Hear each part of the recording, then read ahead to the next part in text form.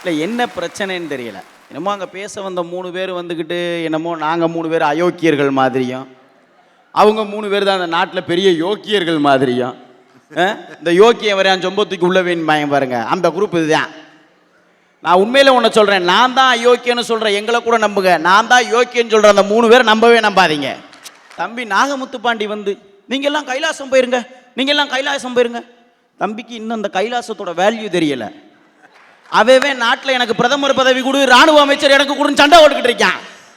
நாங்கள் கைலாசத்துக்கு போவோம் தம்பி, ஒன்றும் பிரச்சனை இல்லை. வருஷம் பேசி ஒரு 2400 சதுரடி வாங்குறதுக்கு பேங்க்ல லோன் போட வேண்டியிருக்கு.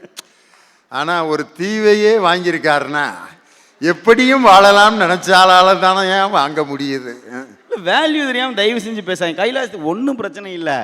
உள்துறை அமைச்சர் இங்கே ரெடி, நிதித்துறை அமைச்சர் அந்த அம்மா ரெடி, பாதுகாப்புத்துறை அமைச்சர் ரெடி, ஜனாதிபதியே எங்கள் நடுவர் ரெடி, போக நாங்கள் ரெடி.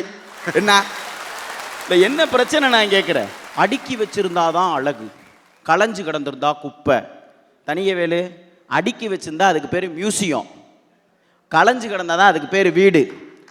வீடு தான் வாழ வழிவகுக்கும், மியூசியம் இறந்ததுக்கு அப்புறம் வரலாறு பேசும். நாங்கள் வாழ்றதை பற்றி சொல்கிறோம், நீ இறந்ததுக்கு அப்புறம் வாழ்றதை பற்றி பேசிக்கிட்டு இருக்கேன். நான் இந்த தலைப்பையே வேறு தளத்துக்கு கொண்டு போகிறேன். நாங்கள் வந்து எப்படி வேணாலும் வாழலான்றதுக்காக நாங்கள் வந்து பாலியல் வன்கொடுமை பண்ணுங்க, படம் பாருங்க, கையை பிடிச்சிடுங்க, தண்ணியை போட்டு தெருவுக்குள்ளே சுத்துங்கன்னு சொல்கிறதுக்கு வரல. நாங்கள் இந்த தலைப்போட உண்மையான விஷயத்தை தயவு செஞ்சு புரிஞ்சுக்கங்க. இப்படித்தான் வாழணும்னு பேசுகிற நீங்கள்லாம் அடமெண்ட் டைப்பு, எப்படி வேணாலும் வாழ நினைக்கிற நாங்கள்லாம் அட்ஜஸ்ட்மெண்ட் டைப்பு. வாழ்க்கை எது நல்லா இருக்குன்னு யோசிச்சு பாருங்க. சும்மா ஏதாவது மேடையும் மைக்கும் கிடச்சிருச்சுன்றதுக்காக பேசக்கூடாது. நான் உண்மையிலே சொல்கிறேன், வாழ்க்கையோட தத்துவம் எங்கே தெரியுமா இருக்குது தெரியுமா சார்? சூடாக டீ குடிக்க போகிறோம், குடிக்க போகிற டீ நாக்க சுட போகுதுன்னு தெரிஞ்சிருந்தும் அதை சுட விடாமல் குடிக்கிறோம் பாருங்க. அந்த நிதானத்தில் தான் வாழ்க்கையோட தத்துவம் இருக்குது. தயவு செஞ்சு தெரிஞ்சுக்குங்க. அங்கே தான் நம்ம வாழ எப்படி பழகணும்னு ஆரம்பிக்க போகிறோம். சூடாக டீயை வாங்கி அது எவ்வளவு சூடாக இருக்குன்னு தெரியாமல் வாயில் ஊதி அப்படி ஒரு ஆள் ஒரு குரூப் இருப்பேன். இன்னொரு குரூப்பு சூடான டீயை வாங்கி ஆற வைக்கிறதுக்கு ஊதுவாருங்க, பார்த்துருக்கீங்களா? ஒரு புயல் காற்றை ஊதி சூடான டீ தெரித்து கண்ணில் பட்டுரும். இதுக்கு பேசாமல் சுட சுட வாயிலையாவது ஊற்றிருக்கலாம், கண்ணில் பட்டு கண்ணு பூரா எரிஞ்சு பாடாப்படுவாங்க. அதுக்காக வேற ஒன்றும் இல்லை.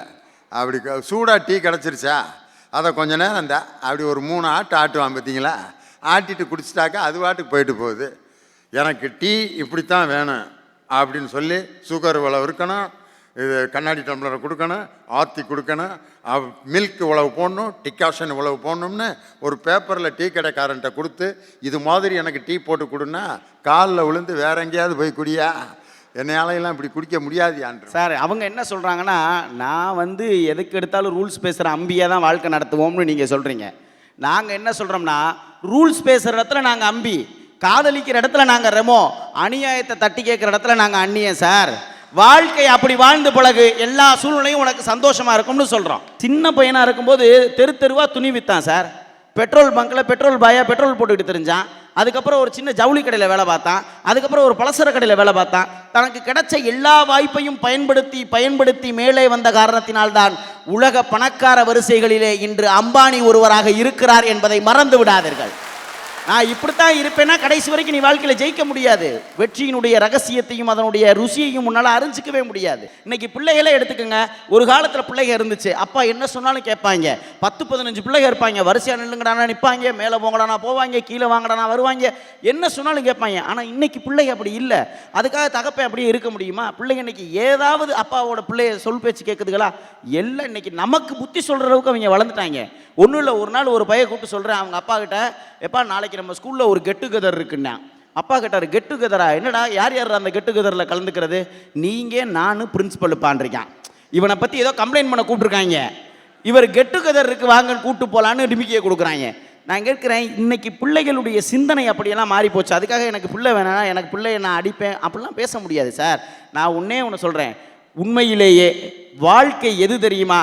இந்த வாழ்க்கை ரொம்ப மகிழ்ச்சியாக இருக்கிறதுக்காக மட்டும்தான் நம்ம கிடச்சிருக்கு. நாங்கள் கெட்டது பண்ணி சந்தோஷமாக இருங்கன்னு சொல்லலை.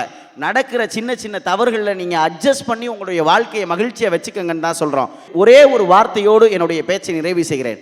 மீண்டும் நம்மெல்லாம் வேணும்னு நினச்சாலும், மீண்டும் நம்மெல்லாம் வேணும்னு விருப்பப்பட்டாலோ கருவறை நமக்கு கிடைக்க போவதில்லை. நாம் 1000 வெறுத்தாலும் கல்லறை நம்மை விடப்போவதில்லை. ஆக கிடைத்த வாழ்க்கையை மகிழ்ச்சியாக வாழ்வோம் என்று சொல்லி வாய்ப்பிற்கு நன்றி கூறி விடைபெறுகிறேன். நன்றி, வணக்கம்.